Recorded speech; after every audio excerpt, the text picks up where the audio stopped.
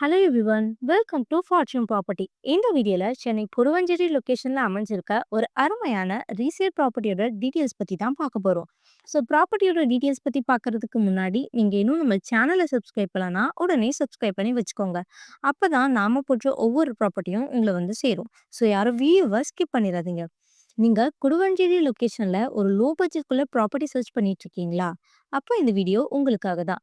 எக்ஸாக்ட்டா நம்ம property Guduvanchery railway ஸ்டேஷன்ல இருந்து ஜஸ்ட் 1 கிலோமீட்டர்ல தான் அமைஞ்சிருக்கு.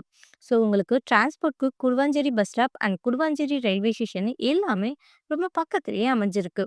இது மட்டும் இல்லாம குடுவாஞ்சேரி லொகேஷன்ல நிறைய colleges, hospital, IT companies and super மார்க்கெட்னு எல்லாமே நியர்பைலயே அமைஞ்சிருக்கு.